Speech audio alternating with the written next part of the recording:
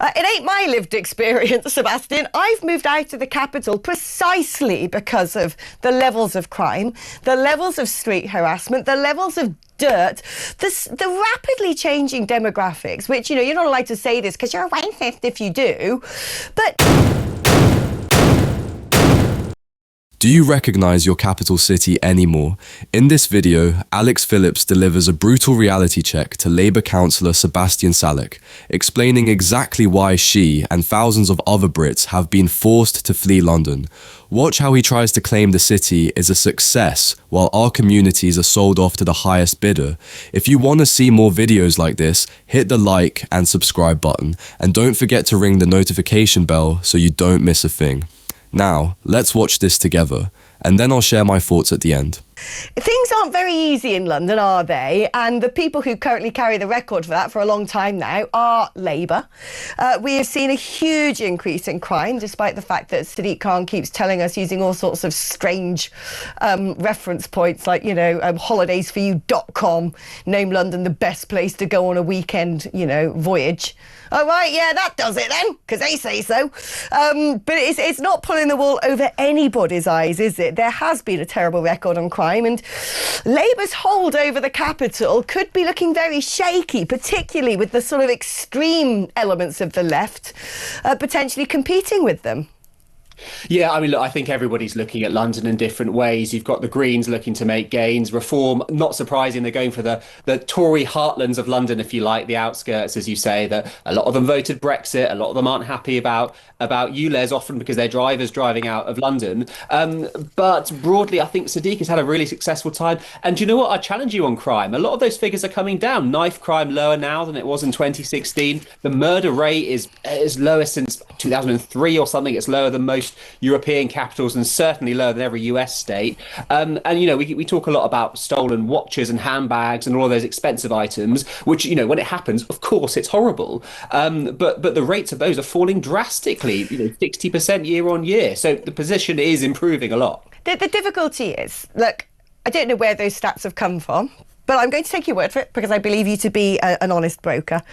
But to coin a favourite phrase of the West, of the left, although probably increasingly the West, it ain't my lived experience, Sebastian. I've moved out of the capital precisely because of the levels of crime, the levels of street harassment, the levels of dirt, the rapidly changing demographics, which, you're not allowed to say this because you're a racist if you do.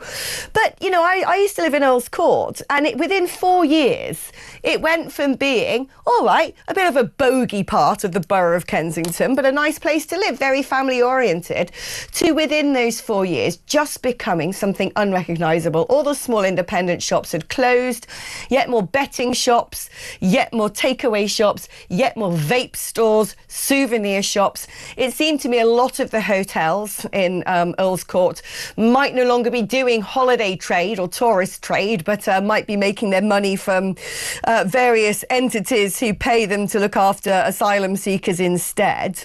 And I had, within 6 months, people tried to nick my phone 3 times. 3 times. And I'd spent 10 years living in London. It hadn't happened once before then.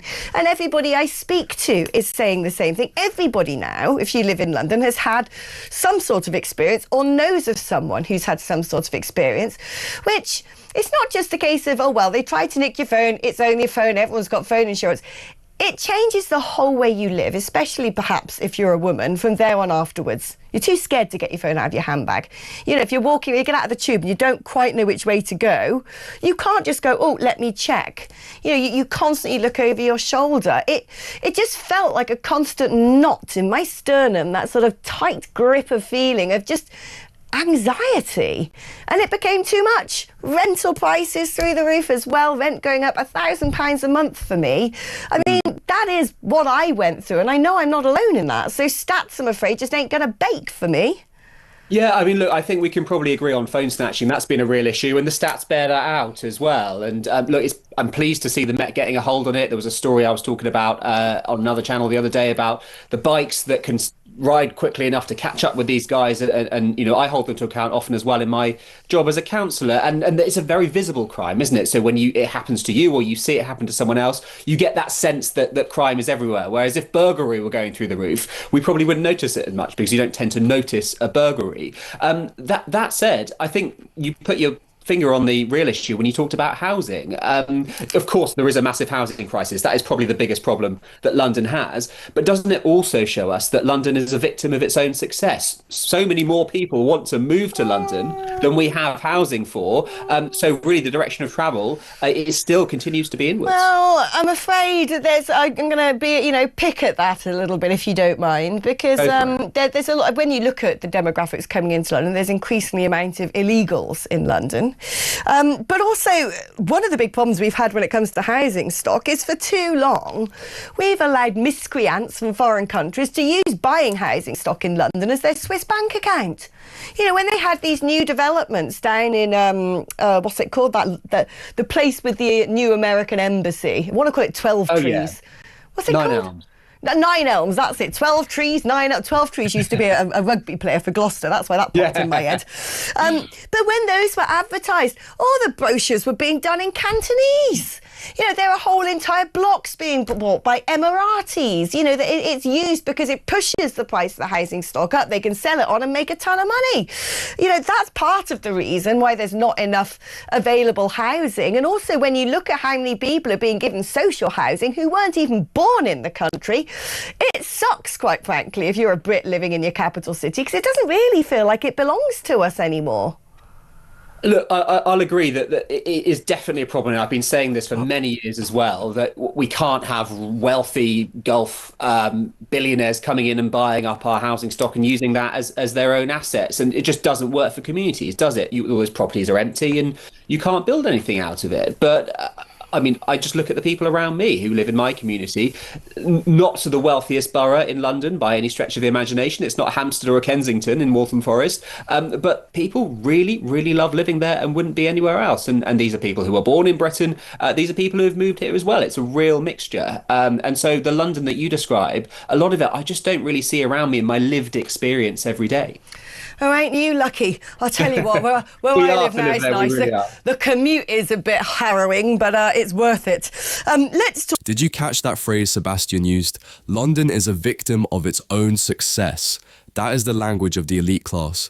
To Sebastian and the Labour Party, success is high GDP and foreign investment. But to Alex Phillips and ordinary British people, success is community, safety, and actually knowing your neighbours. When housing stock is sold to foreign investors as Swiss bank accounts, Alex's words, and long-standing communities are displaced, the city dies. Sebastian says he doesn't see it in his lived experience, but that's because the political class is insulated from the consequences of their own policies. Do you agree with Alex? Is London finished? Let me know in the comments below, and if you want to see more videos like this, hit the like and subscribe buttons, and don't forget to ring the notification bell so you never miss a video. Thanks for watching.